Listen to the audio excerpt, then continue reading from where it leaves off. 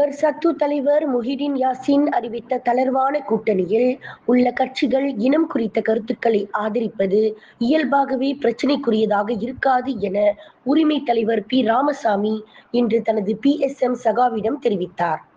உரிமை உட்பட கூட்டணியில் பங்கேற்பதற்கு எதிராக தனது கட்சி முடிவு செய்துள்ளதாக PSM தலைவர் டாக்டர் மைக்கேல் ஜெயக்குமார் தேவராஜ் நேற்று தெரிவித்தார்.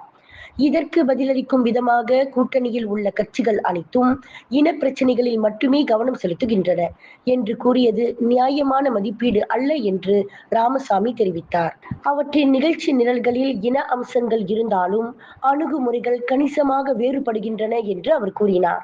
மலாய்க்காரர்களை தளமாக கொண்ட கட்சிகள் இன மேலாதிக்க கேள்விகளில் உறுதியாக இருக்கலாம். அதே நேரத்தில் இந்தியர்களை தளமாக கொண்ட கட்சிகள் நாட்டில் இந்தியர்கள் ஓரங்கட்டப்படாமல் இருப்பதை வலியுறுத்தக்கூடும். இனப்பிரச்சினைகளை எழுப்புவது இயல்பாகவே பிரச்சினைக்குரியது அல்ல. இனத்தின் எந்த அம்சங்கள் தீர்க்கப்படுகின்றன என்பதில்தான் முக்கியமானது உள்ளது என்று அவர் ஒரு பேஸ்புக் பதிவில் கூறினார். திங்கட்கிழமை 11 எதிர்க்கட்சிகள் அரசாங்கத்தை பொறுப்பு கூற வைப்பதையும் நிறைவேற்றப்படாமல் இருந்ததாக கூறும் சீர்திருத்த உறுதிமொழிகள் மீது பிரதமர் அன்வார் இப்ராஹிமை அழுத்துவதையும் நோக்கமாக கொண்ட ஒரு தளர்வான கூட்டணியை உருவாக்க ஒப்புக்கொண்டதாக முஹிடின் கூறினார்.